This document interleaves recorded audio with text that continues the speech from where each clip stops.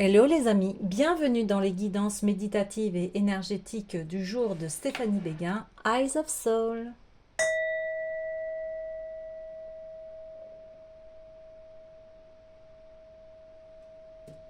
Alors les amis, allons voir les messages du jour avec l'oracle des mémoires akashiques. Alors les amis, j'espère que vous portez bien, que vous allez bien. N'hésitez pas à liker, commenter, partager la chaîne. Elle est là pour ça. N'hésitez pas à vous abonner. Bientôt, nous serons à 50 et je pourrai vous faire enfin des lives. Aussi, la période est propice si vous avez besoin d'un soin énergétique, d'une guidance privée. Je vais faire aussi des guidances spéciales anniversaires, des guidances pour l'année aussi 2025.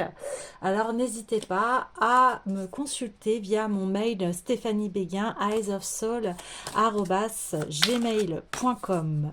Allons-y. Ok, on a l'acceptation par rapport d'épanouissement, mais je vais demander une carte. Ça saute beaucoup, il y a beaucoup de messages qui arrivent là. Ok. Ouais. Ah. Célébration, eh bien. Le bonheur, waouh.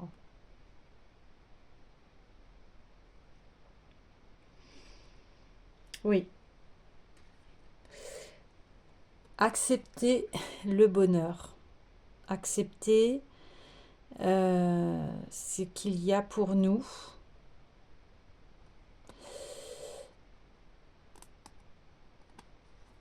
Accepter la magnificence de qui l'on est. Et là, tout de suite, on me dit oui. Des fois, on a vraiment du mal à accepter le bonheur parce que on a manqué dans l'enfance. Et des fois, ça peut être un peu trop pour nous. On n'a pas l'habitude de recevoir cette énergie-là de bonheur, d'abondance. Et au contraire, là, on vous dit accepter. Accepter, rayonner. Parce que c'est votre droit divin de bonheur. Je vais aller voir un peu plus en détail s'il y a d'autres messages par rapport au bonheur.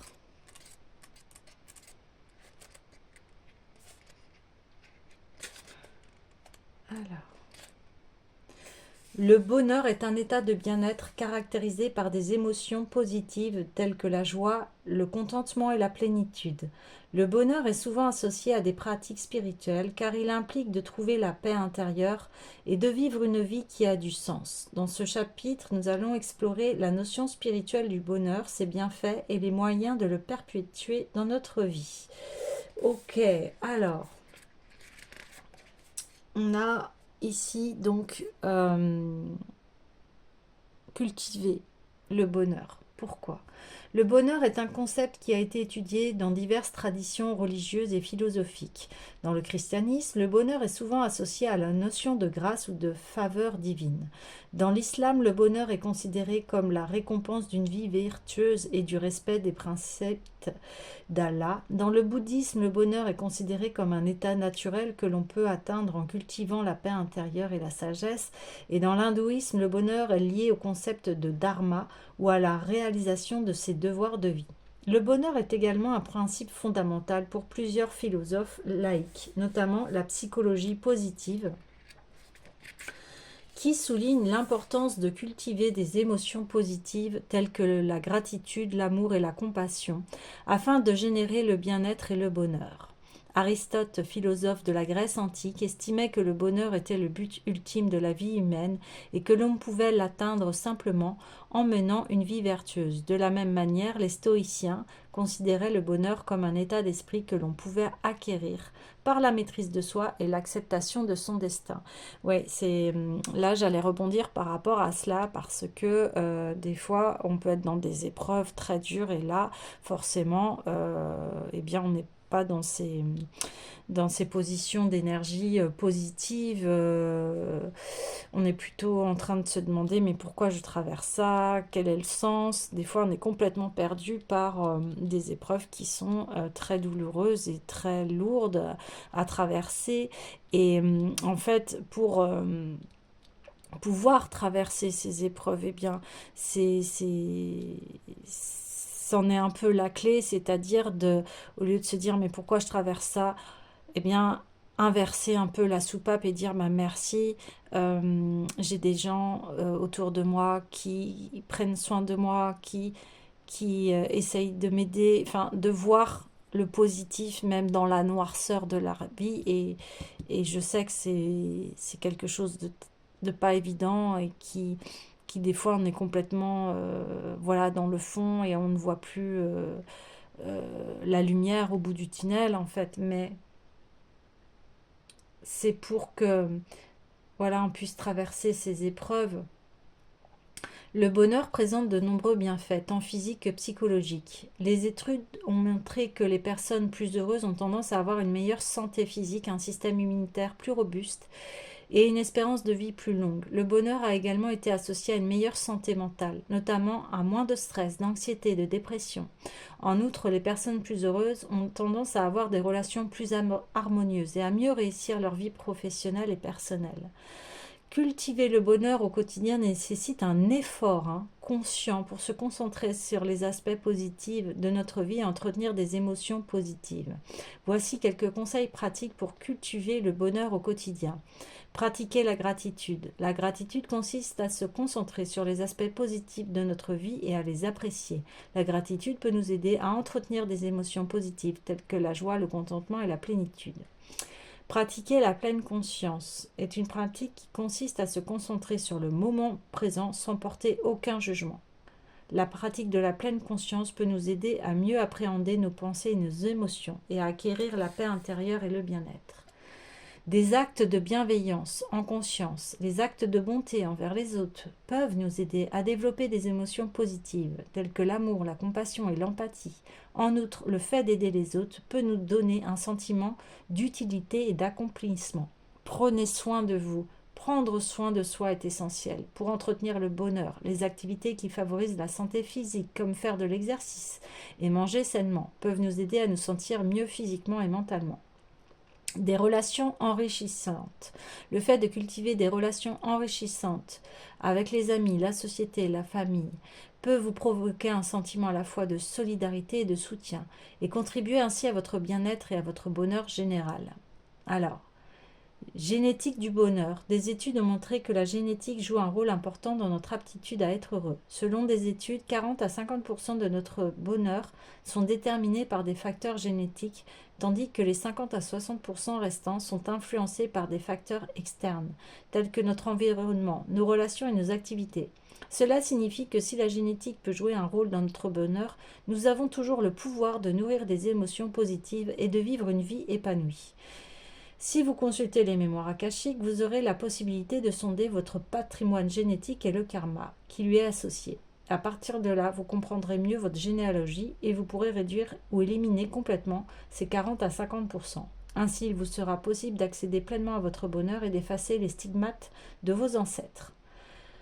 Relation entre argent et bonheur. La relation entre l'argent et le bonheur est complexe. Si l'argent peut nous apporter le confort matériel et la sécurité, il ne contribue pas nécessairement au bonheur à long terme. Des études ont montré qu'une fois les besoins fondamentaux satisfaits, tels que la nourriture, le logement, la sécurité, l'argent supplémentaire, n'augmentent pas de manière significative le niveau de bonheur. En fait, vouloir à tout prix satisfaire des désirs matérialistes peuvent souvent conduire à une perte de bonheur et de bien-être. Les études montrent au contraire que s'investir dans des projets tels que les voyages, les loisirs et les relations sociales favorise le bonheur de façon durable.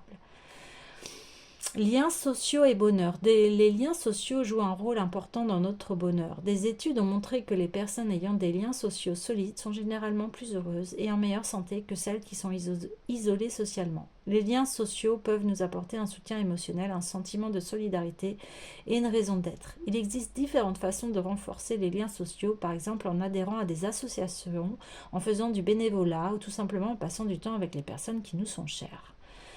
Il a été démontré que de nombreuses pratiques spirituelles telles que la méditation, la prière et la pleine conscience favorisent le bonheur et le bien-être. Ces pratiques peuvent nous aider à cultiver la paix intérieure, à nous connecter à notre moi profond et à trouver un sens à notre vie. En outre, les pratiques spirituelles peuvent nous aider à développer des qualités telles que la compassion, le pardon, la gratitude, ce qui peut nous rendre plus heureux et plus épanouis. En conclusion, le bonheur n'est pas juste une émotion passagère ou une fin en soi. C'est un état d'être profond et transformateur qui naît de l'intérieur. C'est un concept spirituel qui nous permet d'aligner nos pensées, nos émotions, nos actions et nos croyances avec notre véritable essence. Le bonheur est le résultat d'une vie qui s'harmonise avec notre sagesse intérieure, qui répond à notre vocation et qui intègre la beauté et l'émerveillement de la vie. Le vrai bonheur transcende les circonstances extérieures et ne dépend d'aucun facteur externe. C'est un choix et une démarche qui nous oblige à faire preuve d'attention, de conscience de soi et de gratitude. Le vrai bonheur trouve le contentement et la paix à l'intérieur de soi, quels que soient les aléas de la vie. Pour connaître le vrai bonheur, il nous faut effectuer un travail de recherche et d'acceptation de soi.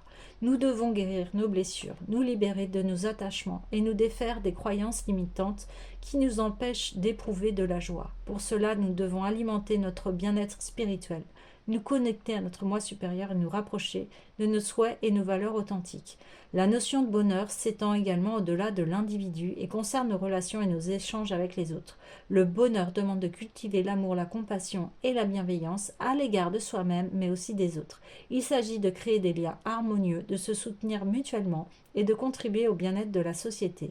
En ce qui concerne la notion spirituelle du bonheur, nous comprenons qu'il ne s'agit pas d'un but à atteindre, mais plutôt d'un processus de croissance, d'expansion et de découverte de soi. Il s'agit d'accueillir le moment présent, de trouver un sens et un intérêt à nos expériences et d'accepter de vivre toute la gamme de nos émotions. C'est aussi être authentique, vivre en accord avec nos valeurs et faire honneur à la singularité de ce que nous sommes. Ok, alors là, je vais vous demander d'être dans le calme, respirez doucement et portez votre attention sur votre cœur. On va faire une petite méditation.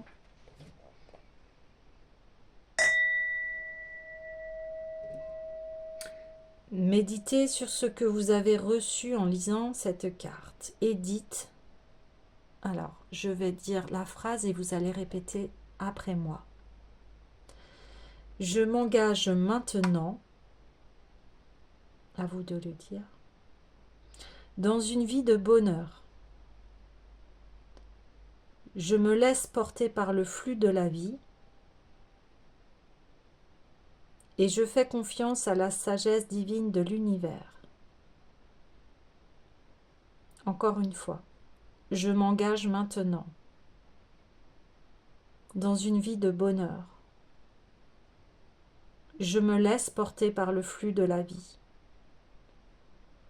et je fais confiance à la sagesse divine de l'univers. Une dernière fois, je m'engage maintenant dans une vie de bonheur. Je me laisse porter par le flux de la vie et je fais confiance à la sagesse divine de l'univers. Je vais faire une petite invocation, ne répétez pas, juste fermez les yeux. Nikenach rikoch onelrikak anel. Nikenach rikoch onelrikak anel. Nikenach rikoch onelrikak anel. Nikenach rikoch onelrikak anel. Nikenach rikoch onelrikak anel. Nikenach rikoch onelrikak anel. Nikenach rikoch onelrikak anel.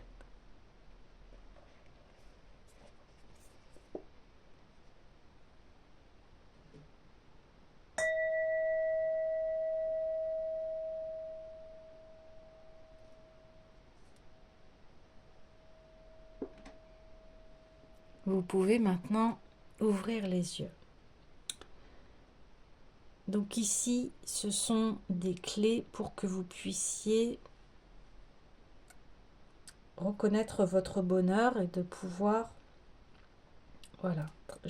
même si vous traversez des épreuves difficiles, c'est pour que l'amour soit conservé en vous, quelle que soit la situation où vous êtes.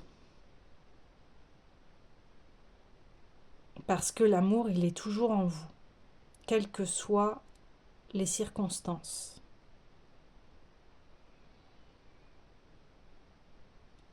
Ok. Alors, on va aller voir l'oracle, non, le tarot des rêves de Gaïa, pour aller voir un petit peu le message d'aujourd'hui. Donc ici, on parle, voilà, de conserver le bonheur.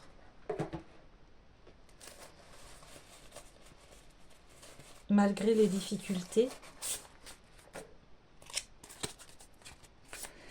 Allez. Ouais.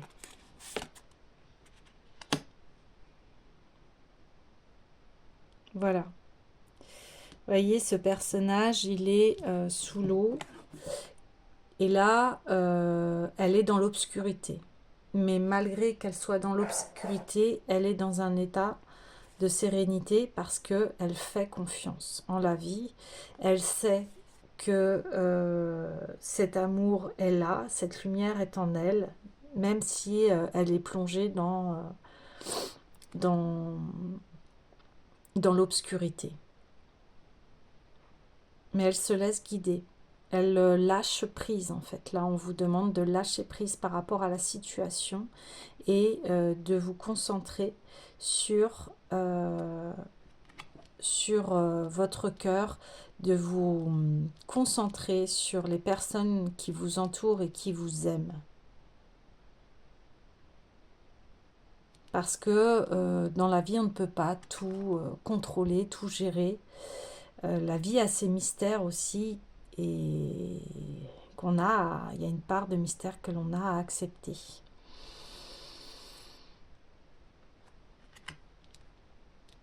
Ok.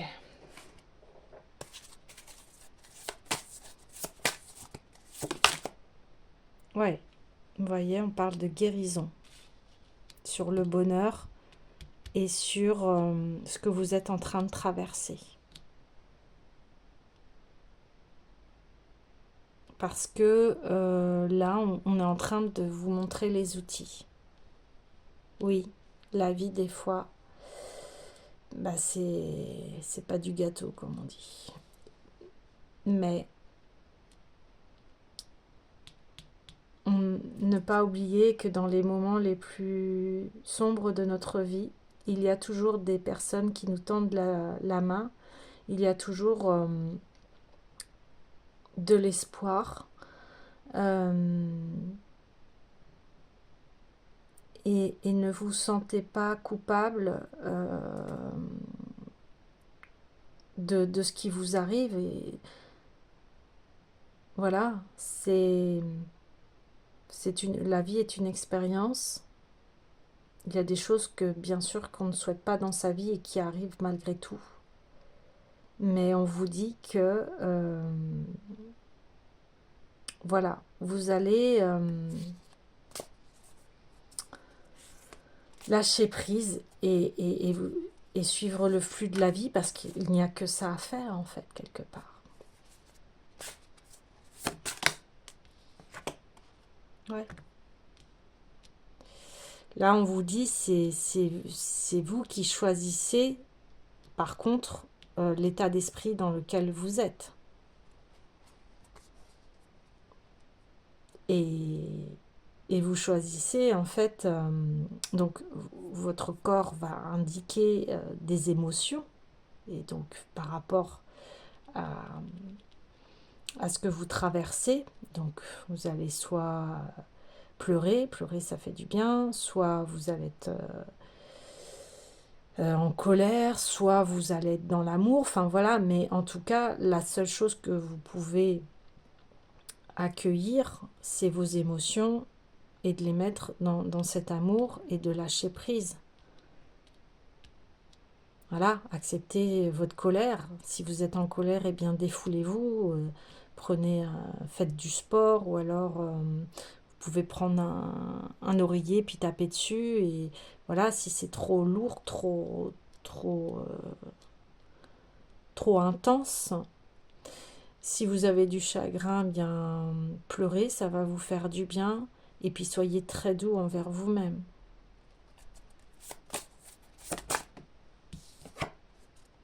Ouais.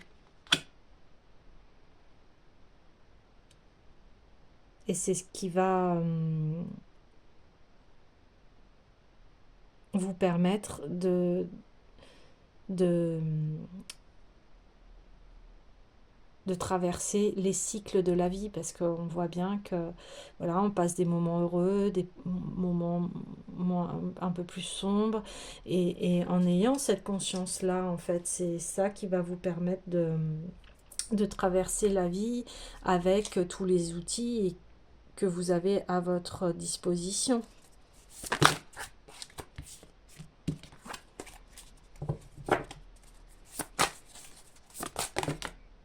Ouais. Oui. Et cela va vous amener au bonheur. Même si vous avez encore... de toute façon, même quand vous avez le bonheur, c'est quelque chose à cultiver, à tisser, à nourrir.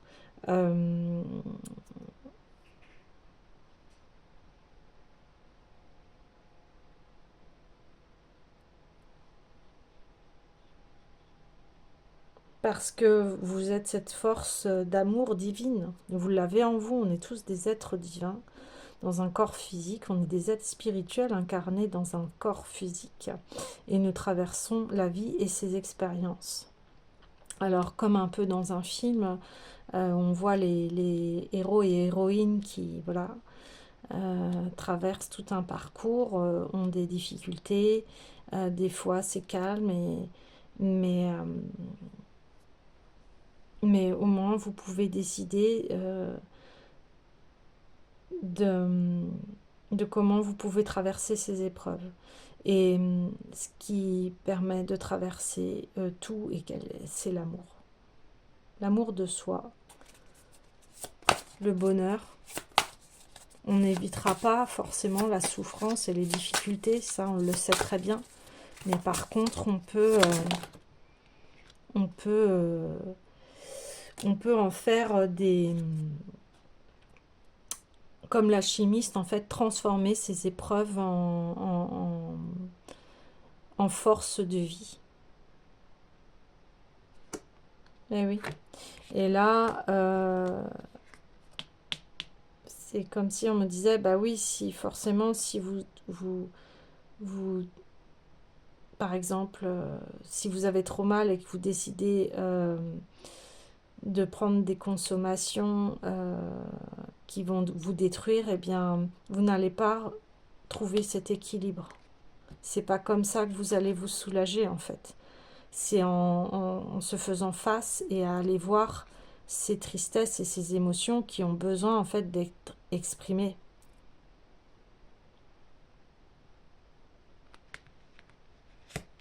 Là, il y a une mise en garde par rapport à cela. C'est pas ça qui va vous permettre d'aller mieux, en fait.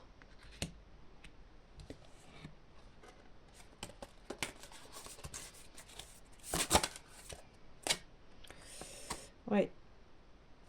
Et là, on vous demande de vraiment vous occuper de vous, parce que c'est cela qui va guérir votre âme, en fait.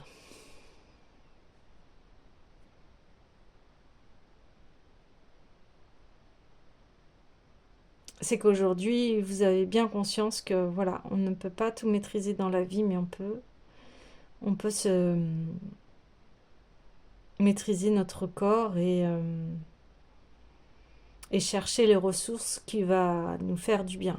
Donc ça va être à travers l'amour, ça va être à travers l'amour de votre partenaire, des amis, de la famille, des personnes qui sont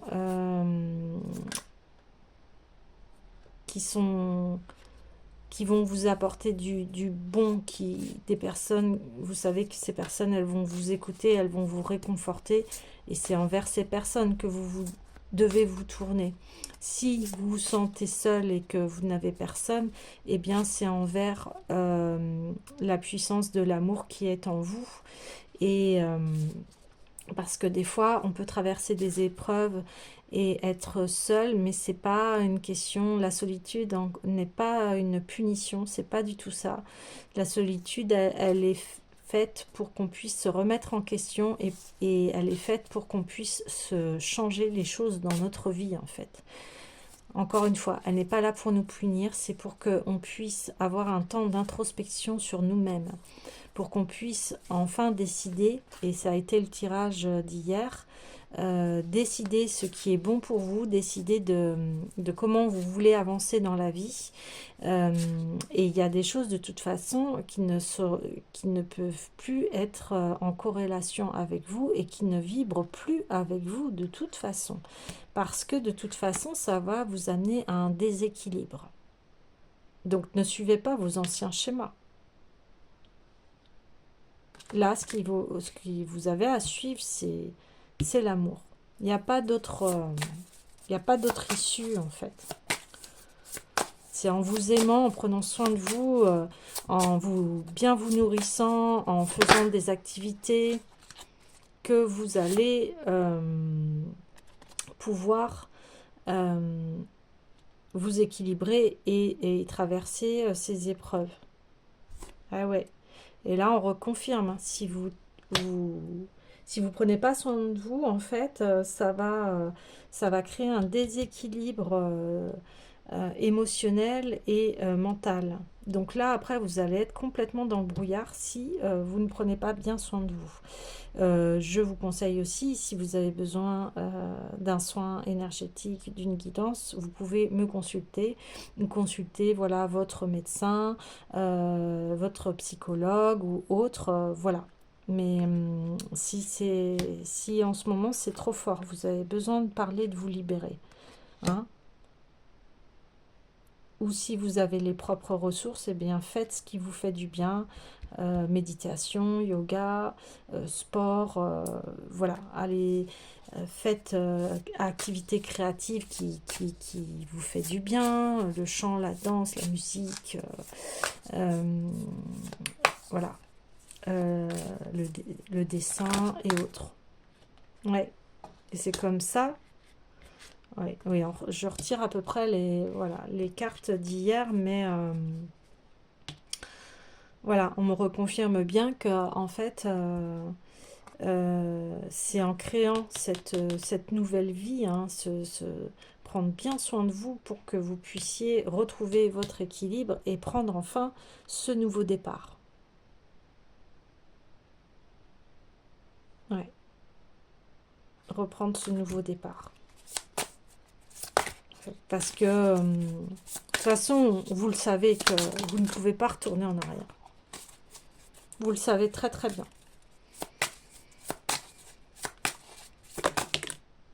Ouais. Donc, accepter effectivement ces émotions qui en fait ne sont pas négatives. Hein. Le chagrin, la tristesse, c'est pas des émotions négatives, ça. Ça, c'est des émotions qui nous guérissent et qui nous permettent de purifier ce que l'on vit. Vous voyez, comme je vous parlais des larmes, les larmes, elles sont là pour lâcher la tristesse qui est en nous.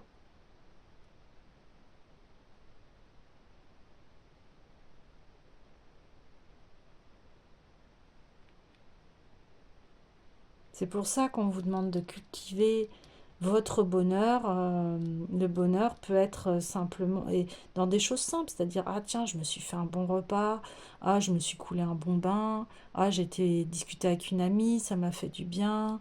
Voyez, le bonheur n'est pas est simple en fait.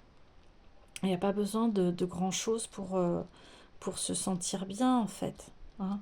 Parce que là, on en parlait, si vous basez votre bonheur que sur des choses matérielles, mais c'est pas ça qui vous rend heureux. Et là, ils l'ont dit, hein, au niveau des études, hein, que même si vous avez plus au niveau matériel, bien c'est pas ça qui vous apporte le bonheur. Bien sûr, ça y contribue, bien sûr que on a besoin. Je dis pas que, mais il y a un équilibre dans tout cela.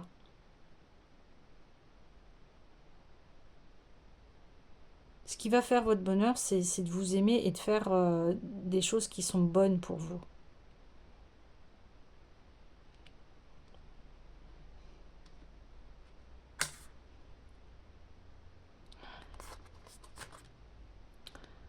Et ce nouveau départ, en fait, c'est le bonheur avec la guérison, qui va vous amener, en fait, un lâcher-prise et vous permettre de vous équilibrer. Si vous faites le choix voilà, d'accepter ces émotions, tristesse, colère, etc., ça, vous pouvez l'accueillir et leur laisser la place. Bien sûr, ne pas se défouler sur les autres, hein, mais vous pouvez très bien vous isoler, être dans une pièce. Si vous êtes en colère, vous pouvez crier, voilà, déverser toute votre colère, crier un bon coup, dire tout ce qui vous passe. Alors des fois, ça peut être par l'écriture. Il y en a qui ont besoin voilà, d'hurler. Il y en a qui ont besoin de taper sur les coussins. Mais vous déchargez. Il y en a, ils le font à travers le sport. Il y en a qui le font à travers l'écriture. Enfin voilà, trouvez ce qui vous convient en fait. Mais accueillez parce qu'en fait, après, voilà, ça va se guérir et ça va permettre d'être en lumière. Et c'est ce qui va constituer aussi votre force à traverser la vie.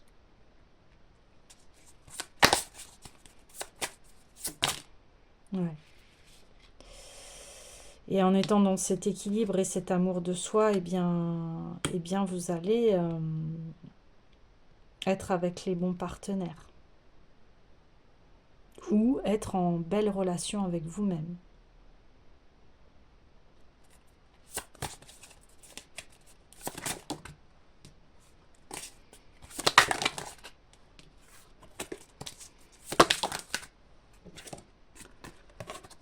Et l'amour, voilà, l'amour de soi est là et, euh, et on enlève ce déséquilibre émotionnel et mental.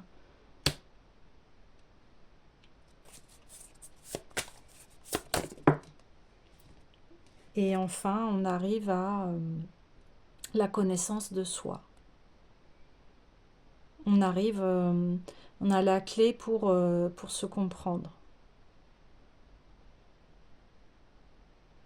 pour s'étudier.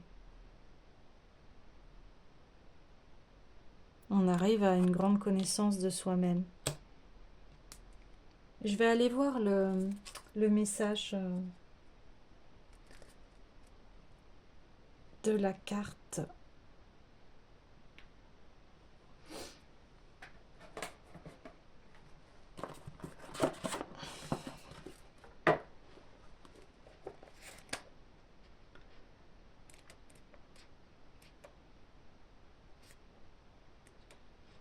Ouais.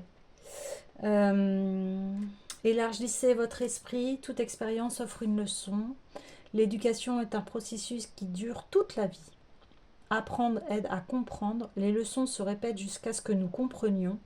L'apprentissage se transforme et l'apprentissage transforme le talent en compétence. Le 3 d'air symbolise l'importance de l'éducation et des études pour nous aider à atteindre notre potentiel le plus élevé et nous rappeler que l'éducation doit être comprise comme le processus de toute une vie. La vie elle-même nous enseigne. Chaque expérience peut nous offrir une leçon. Les personnes qui nous entourent et celles qui entrent dans notre vie peuvent toutes nous enseigner et nous guider. Elles peuvent nous donner des aperçus sur qui nous sommes, sur qui elles sont et sur nos relations au sein de la société, de la nature et de notre environnement immédiat. L'éducation sert à aider l'individu à développer sa compréhension de la vie et à l'assimiler.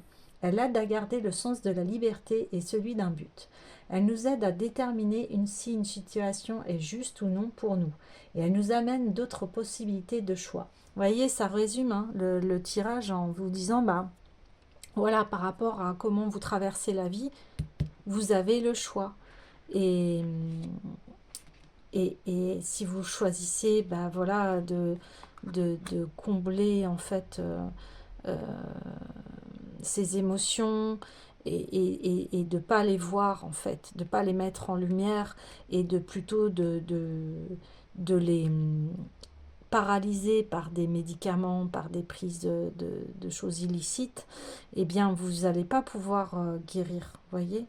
Et là on vous dit bien, mais oui, mais c'est l'amour de toi, c'est comment tu vois les choses en fait. Elle nous aide également à voir qu'il peut y avoir des répercussions à long terme de nos actes. Voilà, récompenses ou conséquences. Nous apprenons de notre histoire, de notre possible avenir, nous apprenons de la nature et du monde sur nous-mêmes en tant qu'humains et sur l'univers dans lequel nous vivons. La connaissance que nous recevons par l'éducation nous donne du pouvoir et de l'autonomie, et plus nous savons de choses, plus nous pouvons accomplir de choses. Elle nous protège voilà, des duperies, des tromperies et des manipulations, et elle nous donne aussi les moyens de suivre nos rêves. Plus nous apprenons, plus nous pouvons profondément comprendre et plus il devient facile de communiquer et de nous exprimer. Mais devenir quelqu'un qui a appris et qui est éduqué prend du temps et demande de s'engager dans un long processus d'étude et d'évaluation de l'information que nous recueillons. Nous devons observer, écouter, étudier, assimiler, puis être testés pour voir si nous comprenons vraiment ce que nous avons appris. Et puis nous devons observer et écouter davantage, étudier, assimiler et être testés une fois de plus. Ce processus ne s'arrête pas, même lorsque nous sortons de la salle de classe. La vie est notre salle de classe et c'est en vivant notre vie que peuvent se révéler nos passions et nos talents, ainsi que les occasions de chercher à accroître notre connaissance d'une manière susceptible de transformer ces passions et ces talents en authentique savoir-faire. Cette carte vient nous rappeler de traverser l'existence avec l'intention d'apprendre de la vie, de nos expériences, de notre entourage et du monde. Pour cela, nous pouvons nous interroger sur tout ce que nous rencontrons et interroger tous ceux avec qui nous sommes en contact. Nous pouvons chercher à apprendre des aînés et des personnes ayant des coutumes différentes, parce qu'ils vont nous enseigner des traditions et une histoire que l'on ne trouve pas dans les livres, ou nous exposer des idées et des croyances différentes des nôtres. En retour, cela va vous donner le sens des contrastes et une profondeur qui vont nous permettre de percevoir le monde à partir d'une multitude de points de vue. Écoutez ce qu'ils racontent, permettez-leur de vous enseigner ce qu'ils ont à échanger, leur histoire et leur culture. Apprenez d'eux et de leur vie et vous risquez de découvrir qu'ils vous donnent ainsi les moyens de mieux vivre votre propre expérience. Si nous avons le désir d'apprendre et de nourrir nos talents, la patience est de mise, mais le désir d'une gratification immédiate risque de faire obstacle. Étudier et apprendre nous demande une véritable disposition. Apprendre quelque chose est bien, l'apprendre exige de s'y consacrer, de s'y engager, d'y donner du temps. Parfois cela peut prendre toute une vie, et parfois les leçons offertes vont se répéter encore et encore jusqu'à ce que nous puissions accomplir notre tâche naturellement, en y pensant aussi peu que pour notre respiration. Il est important de nous souvenir parfois que l'apprentissage ne peut pas être accéléré et que c'est la pratique qui va nous permettre de nous sentir à l'aise et confiante. La répétition des leçons et la pratique nous rend plus facile à assimiler et à comprendre. La compréhension est la faculté d'intégrer profondément les leçons apprises et elle peut nous donner des efforts et de la bonne volonté, sous forme de temps et d'ouverture d'esprit. Notre compréhension ne peut parfois grandir quand nous orientons vers de nouvelles expériences, dans de nouveaux lieux, auprès de nouvelles personnes, en nous exposant à ce qui nous est étranger et inhabituel. Plus vous vous instruisez ainsi, plus vous savez et comprenez de choses et plus il devient facile de vous ouvrir pour voir le monde qui vous entoure et de vivre des expériences qui vous montrent vraiment ces différents aspects. De la sorte, il vous devient plus facile de trouver votre place, votre but ou orientation de vie, de réaliser vos objectifs et de mener une existence productive. Et cette carte apparaît dans le jeu lorsqu'il est nécessaire d'élargir votre esprit en vous cultivant afin de vous améliorer et de grandir. Ouais.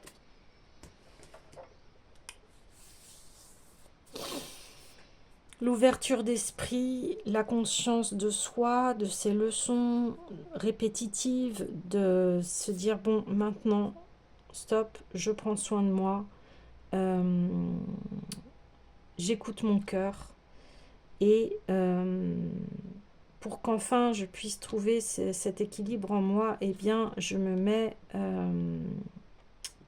cette discipline pour que je puisse voilà, avoir une expérience et une vie riche en enseignement, parce que la vie c'est cela, hein, ce qu'il disait, c'est on est là, ici, sur cette terre, pour apprendre, pour comprendre que nous avons la plus belle chose que nous pouvons nous donner, c'est de prendre soin de nous, vraiment, et d'ouvrir notre esprit et de partager cela avec les autres.